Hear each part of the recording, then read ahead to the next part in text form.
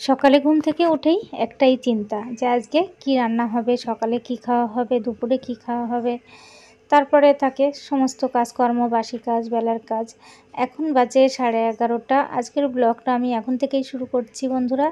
তোমরা সবাই কেমন আছো? আশা করছি যে যেখানে আছো খুব ভালো আছো, সুস্থ আছো।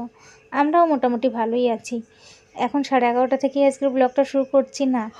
যখন সাবুটা ভিজিয়েছিলাম তখন বেজেছিল সকাল 9টা বন্ধুরা। তারপরে চলে এলাম এই 11:30টার সময়। ছেলেকে স্কুল থেকে নিয়ে এসেছি। আজ হচ্ছে শনিবার, আর সময়টা বললাম 11:30 বাজে। তো বাবান স্কুল থেকে এসে খেয়েও নিয়েছে, অনেকক্ষণ হয়ে গেছে। আজকে যেহেতু হাফ ডে ছিল, 9টায় ছুটি হয়েছিল। আর আজ হচ্ছে বন্ধুরা একাদশী। আর একাদশীর দিনে তোমরা জানো একাদশী তো আমাকে একটা বছর আর কি, আমি তোমাদের প্রত্যেকটা একাদশীতেই আর কি বলি একটা বছর আমার একাদশী পালতে হবে। আমার মা তো চলে গেছে আমাদের ছেড়ে, তো সেই জন্যই আর কি। তো যাই হোক, একাদশী ওই জন্য আজকে আর খাওয়া দাওয়া তো আমার শুধু সাবু হবে, ওই জন্য আমি সকালে সাবুটাই ভিজিয়ে রেখেছি। সাবু খাওয়া হবে। সকাল থেকে কিছু খাইনি, একটু জল খেয়েছিলাম। তো যাই হোক, 11:30টার সময় ভাবলাম বসে থেকে তো আর থাকা যাবে না, তাই না? তো কাজবাজগুলো শুরু করি। সামনে তো পুজো এলো বলেই কথা। আজকে তো 28 তারিখ হয়ে গেছে, 2 তারিখে মহালয় তোমরা জানো, তার 7 দিন পরে ষষ্ঠী আর কি। তো যাই হোক, ঘরদোর তো পরিষ্কার পরিচ্ছন্ন তেমন এখনও হয়নি, শুরু করেছি একটু একটু করে করছি আর কি, একদিনে তো করা সম্ভব নয়। তো আজকে ভাবছি এই যে আমার এই যে দেয়াল শোকেসটা আছে, এই যে এটা আমি আজকে ডিপ ক্লিনিং করব, আর এটাকেই একটু সাজিয়ে গুছিয়ে নেব। তো সাজিয়ে গুছিয়ে বলতে তো নতুন কোনো জিনিস নেই, যেগুলোই আছে আর কি সেগুলোই আর একটু সুন্দর করে গুছিয়ে রাখবো।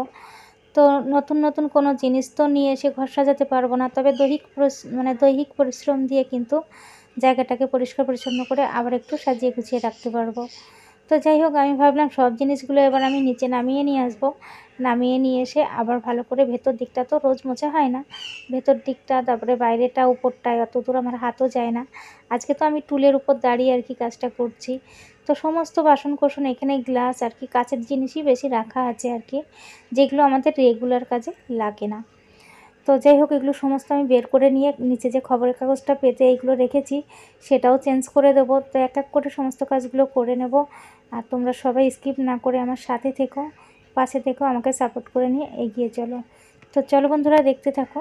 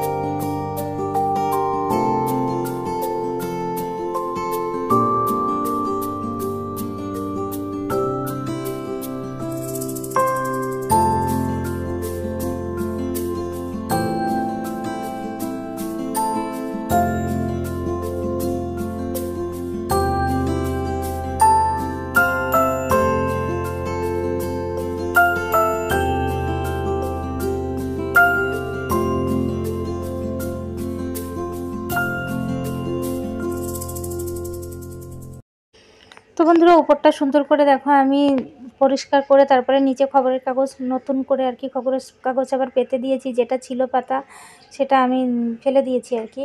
আর এই যে নিচের জিনিসগুলো ভাবছি উপরে যতগুলো পারি আর কি রেখে দেবো, রেখে দিয়ে নিচটা ফাঁকা করব, নিচে তাহলে অন্য কিছু রাখা যাবে। তো ওই জন্যই আমি এই কাজটা আজকে করতে এলাম। তো এক একটা করেই প্রত্যেক দিন তো পুরো কাজ করা সম্ভব নয়, কিছুটা কিছুটা করে করতে করতে আর কি হয়ে যাবে। পুজোর আগে দেখবে সব আমি পরিষ্কার পরিচ্ছন্ন করে ফেলেছি। আর তাছাড়া খাটের নিচে তো আমি এর আগেই পরিষ্কার করে ফেলেছি, খাটের নিচে ঢোকারও ব্যাপার নেই। তো একটু একটু করে বেশ অনেকটাই পরিষ্কার হয়ে যাচ্ছে। আজকে এদিকটা করব, আর প্রত্যেক দিনই কিছু না কিছু করতে থাকবো। তো যাই হোক, পুজো তো সামনেই তোমরা জানো। তো তার আগে নতুন জিনিস দিয়ে সাজাতে না পারি, যেগুলো আছে সেগুলো তো পরিষ্কার পরিচ্ছন্ন করে রাখতেই পারি বলো। তো ওই জন্যই লেগে পড়েছি কাজে, কোমর বেঁধে একদম। তো আজকে তো রান্নাবান্না নেই বললাম, আলু সেদ্ধ ভাত হবে ছেলের জন্য, আলু সেদ্ধ ভাত খাবে বাবান, আর আমি তো সাবু খাবো। তো সব এই যে সুন্দর করে আবার গুছিয়ে রেখে দিচ্ছি, আর সবাই স্কিপ না করে আমার পাশে থেকো।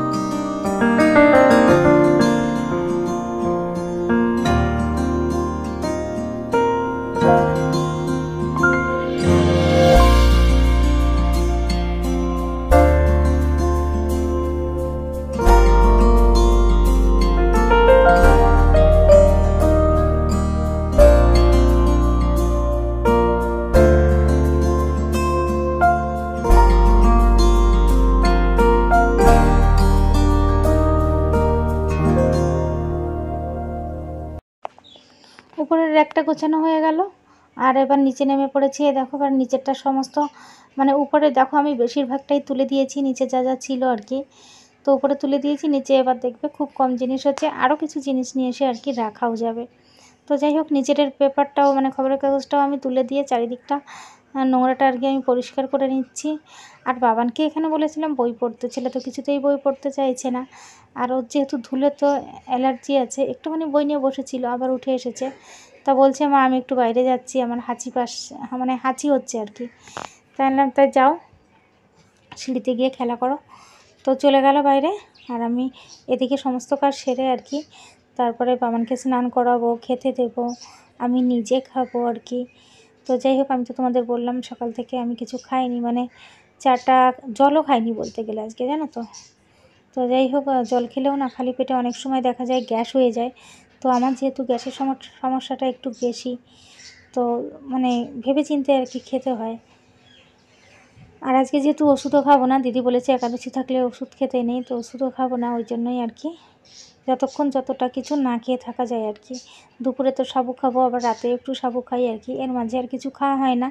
ওই একটা শশা কলা এটা যদি একটু মুখে দেওয়া হয় ব্যাস। আর আমাদের মতো ঘরে তো আর একাদশীতে যে ঝুড়ি ভর্তি ভর্তি ফল আসবে, মিষ্টি আসবে, এটা ওটা সেটা ওরকম কিছুই আসে না বন্ধুরা। যতটুকু না খেয়ে পারা যায় না আর কি, ততটুকু দিয়েই চালাতে হয়। তো তারপরে দেখো এই টেডি বিয়ারটা না এর ভেতরেই ভাবছি রেখে দেবো, কিন্তু এটা একটু নোংরা হয়েছে, কারণ হচ্ছে অনেক দিন দিয়ে ব্যবহার হচ্ছে। তো আমি এটাকে ধুয়ে আবার মানে ধুয়ে দেবো আর কি। 2-4 দিন থেকে যেহেতু বৃষ্টি হচ্ছে, আজকে হালকা একটু রোদ বেরিয়েছে, তো 2 দিনের মধ্যে আমি এটাকে ধুয়ে পরিষ্কার করে আজকে আপাতত রাখলাম আর কি। তারপর পরিষ্কার করে ভেতরেই রাখবো, নাহলে বাবান এত ছোড়াছুড়ি করে, প্রচুর নোংরা হয়। এইসব জিনিস না নোংরা হলে ধুয়ে শুকোতে বড্ড সমস্যা। তো যাই হোক এটা এর ভেতরে আপাতত রাখলাম, পরে আমি বললাম ধুয়ে দেবো। তো নিচের শোকেসটাও ওই দেখো আমার ভালো করে পরিষ্কার করে ফিটিং করে নিয়েছি। এখানে জায়গাটা বেশি হয়ে গেছে, জিনিসগুলো কম হয়ে গেছে। তো যাই হোক হালকা থাকলে তো দেখতেও ভালো লাগে, আর জিনিসপত্র যখন টুকিটাকি 2-1টা কেনা হবে আবার সাজিয়ে রাখতে পারবো।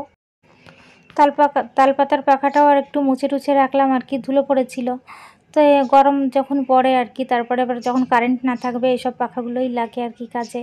আমাদের এখানে কারেন্ট খুবই কমই যায়, কিন্তু যখন যায় তখন অনেকটা পরে আসে, যেমন 2 ঘন্টা 2.5 ঘন্টা 1.5 ঘন্টা, মানে এতক্ষণ কারেন্ট না থাকলে কি অবস্থা হয় বলো, আর বিশেষ করে গরমকালে। তো যাই হোক আমার এদিকের কাজ তো হয়ে গেছে, একটু মোছামুছি হালকার উপরে করে নিলাম, আর বিছানাটাও ভালো করে ঝেড়ে নিচ্ছি। ঝেড়ে দিয়ে ঘরটাকে ভালো করে ঝাড় দিয়ে চলে যাব কলতলায়। কলতলায় গিয়ে দেখতে হবে জল আছে কি না, কারণ এখন বেজে গিয়েছে প্রায় 1:45 মতো। তো কলের জল ধরতে হবে, ধরে আবার বাবানকে ওই যে গরম জল করে বাবানকে স্নান করাতে হবে। তারপরে 2-1টা বাসন আছে, সেগুলোও মেজে নেবো আর কি, টুকিটাকি বেশ কাজ আছে। তো আজকে অনেক কাজ তোমাদের সাথে শেয়ার করব না, আজকে শুধু আমি আমার ঘরের কাজবাজগুলোই আর কি শেয়ার করলাম। তো রান্না বান্না বাসন মাজা এগুলো তো রেগুলারই শেয়ার করি, তোমরাও দেখতে দেখতে বোর হয়ে যাচ্ছ আর কি। তো আজকে শুধু আমার এই বেডরুমের কাজগুলোই তোমাদের সাথে শেয়ার করছি বন্ধুরা। তো আশা করছি আজকের ব্লগটা তোমাদের সবার খুব ভালো লাগবে, আর ভালো লাগলে অবশ্যই একটা লাইক করবে। আমার চ্যানেলে নতুন হয়ে থাকলে চ্যানেলটাকে সাবস্ক্রাইব করে আমার পাশে থেকো। আর তোমরা সবাইও কিন্তু অনেক ভালো থেকো, সুস্থ থেকো, আর সাবধানে থেকো, সবসময় আমাকে সাপোর্ট করে নিয়ে এগিয়ে চলো।